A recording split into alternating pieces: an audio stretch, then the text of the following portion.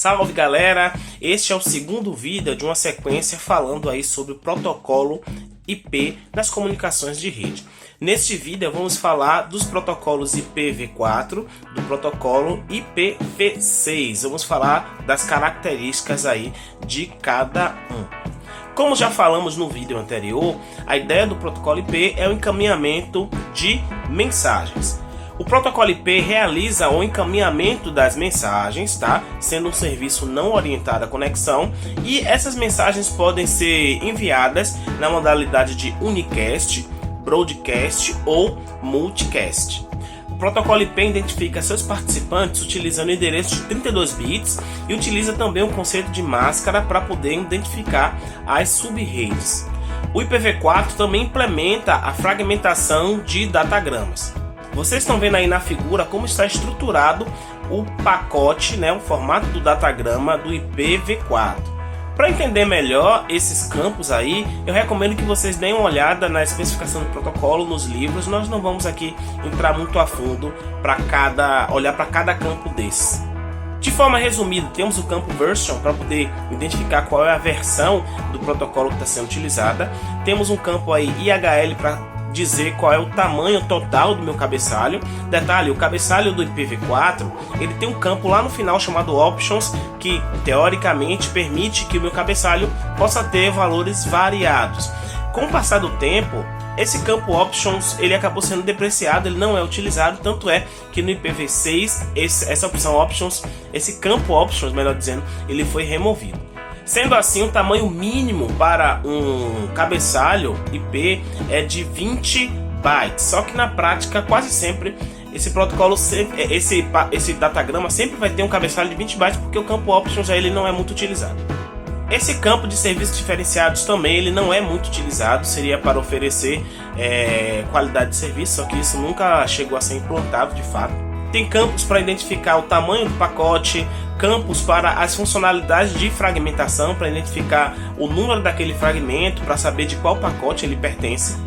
Um campo interessante é o TTL, Time to Live, que serve para que um pacote não fique trafegando indefinidamente na rede devido a algum erro, algum problema de configuração. A cada salto que o seu pacote dá, o seu TTL é decrescido. Quando o TTL chega em zero, então aquele pacote vai ser descartado pela rede. O roteador recebe um pacote, o time to live dele é zero, então aquele pacote não vai ser mais encaminhado. Tem um campo para identificar qual protocolo está sendo utilizado. Tem um campo que verifica aí o checksum, né, a checagem de erros, para saber se o meu cabeçalho contém erros. Com o passar do tempo, esse campo também foi retirado, então na versão IPv6 essa funcionalidade de checksum ela não existe. Detalhe, o checksum, a checagem de erros, é apenas para os dados no cabeçalho. Não quer dizer que os dados que o pacote está carregando ali, que vieram das camadas superiores, vão ser verificados também. O campo total length, tamanho total, ele tem 16 bits, então teoricamente 2 elevado a 16, né, vai me permitir aí, na teoria, um pacote com no máximo 64 KB. Porém, isso nunca acontece. Geralmente um pacote fica ali 1500, tá? Definido, e esse valor ele é determinado por uma unidade chamada MTU, Maximum Transmission Unit, que é definida na camada de enlace. Isso é importante porque caso uma rede, a rede A, né, já que o roteador ele envia o dado de uma rede A para uma rede B, a rede A tem um MTU de 1500. A rede B vai ter um MTU aí na faixa de 500. Então o que é que vai acontecer? Eu vou ter que pegar aquele pacote e quebrar em no mínimo 3 pacotes menores para poder trafegar aí na rede B. O nome dessa operação se chama fragmentação, tá? O IPv4 ele determina a fragmentação transparente, na qual o receptor ele percebe que o pacote foi quebrado e ele vai ter que juntar aqueles pacotes. Percebam que existem campos específicos no protocolo IP, lá no formato do pacote IP, para poder identificar esses fragmentos. Como essa funcionalidade de fragmentação adiciona uma lógica adicional ao meu roteador, ou seja, o roteador vai ter que processar aí para poder fazer a fragmentação, com o passar do tempo, viu que essa funcionalidade não era interessante e isso foi retirado. Então no IPv6 essa funcionalidade de fragmentação ela não existe. O endereço IPv4 ele utiliza 32 bits com aquela notação que nós estamos acostumados, né? Que é um número, ponto, outro número, ponto, outro número, ponto, outro número. Sendo que esse número vai de 0 a 255. Então 98.68.2.203 é o endereço IPv4 válido. Isso nos permite dizer que 2 elevado a 32, né, já que o endereço IP tem 32 bits, nos permite aí aproximadamente 4 bilhões de endereços possíveis. Nós vamos falar com mais calma sobre o endereçamento IP em outro vídeo, onde nós vamos entender como esse endereçamento funciona com as máscaras de subrede e quais são os problemas aí quando temos essa limitação aí de 4 bilhões de endereços possíveis. Como o protocolo IP permite a comunicação entre dispositivos em redes distintas, então esses dispositivos precisam ser capazes de identificar uns aos outros de forma única. Isso é feito utilizando o protocolo IP, o endereço IP. Porém, esse endereço que permite que os dispositivos em qualquer lugar do mundo se identifiquem, precisam ser públicos. Então, se eu quero me conectar utilizando a internet através de um dispositivo que está em outro local do mundo, eu vou ter que ter um endereço físico, um endereço IP único, enquanto o outro dispositivo também vai ter um endereço IP único. Nenhum outro dispositivo no mundo vai ter um IP público igual ao meu ou igual ao dispositivo que eu quero me comunicar. Da forma que foi definida a distribuição desses IPs públicos, favoreceu com que a quantidade de endereços IPs disponíveis fosse acabando. Detalhe, vamos ver em vídeos adiante que alguns desses endereços IP são reservados e não podem ser utilizados em qualquer situação.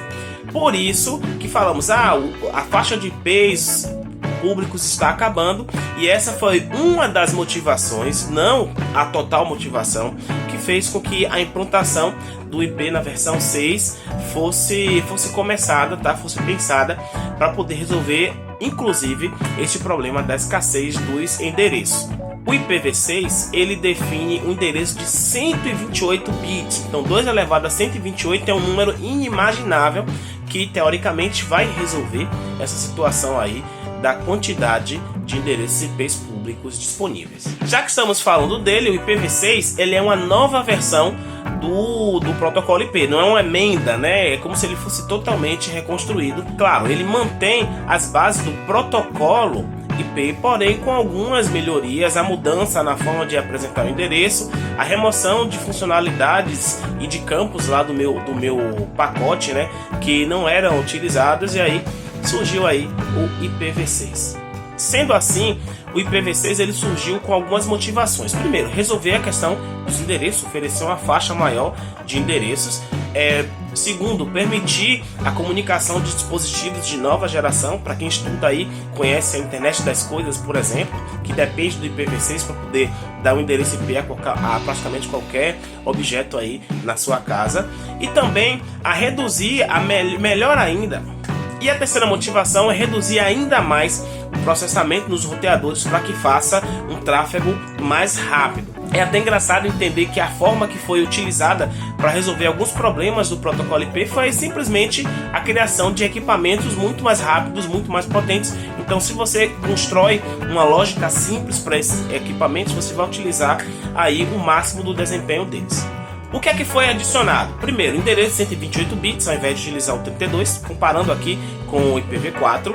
A modalidade Ncast, que eu posso mandar dados para várias pessoas, para vários participantes, escolhendo alguns nós específicos. O cabeçalho agora é fixado no tamanho de 40 bytes, eu não tenho mais aquele campo options, né, que ali poderia ter um cabeçalho de tamanho variável. E o IPv6 implementou o conceito de fluxo. Eu consigo identificar um pacote associando ele a um conjunto de pacotes, dizendo aqueles pacotes pertencem ao mesmo fluxo, por exemplo, de uma mesma chamada, e assim favorecer o fornecimento de qualidades de serviço. Foram removidas as funcionalidades de checksum, de tirar lá a verificação para ver se o cabeçalho estava ok. Foi removido também a opção de fragmentação, então não existe fragmentação no IPv6. Caso você encontre uma rede cujo MTU é menor, você descarta aquele pacote, manda uma mensagem de erro ao emissor dizendo que ele vai ter que reduzir o tamanho do pacote. Os protocolos de controle também foram revistos. O IGMP ele não existe no IPv6, ele foi na prática, na verdade, ele foi incorporado ao ICMP, a gente chama de ICMP versão 6. O endereço IPv6 ele parece ser mais complicado do que o IPv4, até porque ele é maior, ele tem mais bits ali e tal, e nós utilizamos algumas representações que utilizam aí o sistema de numeração hexadecimal para poder representar o endereço IPv6. Inclusive, você já deve ter visto esse formato de endereço aí se você já tentou configurar sua rede local, ou se você está utilizando aí o computador, ou principalmente o smartphone, né, em alguma rede, e verifica lá um endereço IP com algumas letras no meio. Percebam que o campo, né, os campos do cabeçalho do IPv6 são mais simples se comparado ao IPv4. Temos uma quantidade bem menor de campos, embora o nosso cabeçalho seja maior, porque o nosso endereço também é maior. Se antes tínhamos 32 bits para identificar o emissor e o receptor, né, o origem, o destino no caso do IPv4, hoje temos 128 bits no caso do IPv6 para poder identificar o emissor e o receptor da mensagem, fora os campos que são utilizados aí para identificação de fluxo. O próprio time to leave, que no hop limit, né, mudou aí só o nome, e os cabeçalhos que são utilizados pelas funcionalidades que o IPv6 oferece. Então, professor, o que é que eu faço? Eu utilizo IPv4, IPv6. Percebam que para você mudar de IPv6, de IPv4 para IPv6, de uma forma abrupta, né, seria completamente inviável, porque forçaria cada dispositivo e cada provedor, né, cada computador, cada terminal e cada provedor que substituísse todos os seus dispositivos por dispositivos compatíveis com o IPv6. Na prática, isso nunca ia funcionar, tá? Então, essa transição ocorreu de forma bem gradual, de modo a permitir a comunicação entre redes IPv4 e IPv6. Na prática, essa transição ainda ocorre até hoje. Basicamente, existem duas formas de fazer com que redes IPv4 e redes IPv6, mesmo utilizando protocolos diferentes, né, que elas se comuniquem entre si. A primeira forma é pilha dupla, dual stacking, que é bem simples e você já deve ter visto isso na sua casa. Aqueles roteadores domésticos, né, os gateways residenciais que vocês compram, eles permitem que você configure ele utilizando tanto IPv4 quanto IPv6. Então, o dispositivo que vai se conectar a ele, o dado que ele vai receber, né, vai poder utilizar tanto IPv4 quanto IPv6. Então, o mesmo dispositivo implementa os dois protocolos.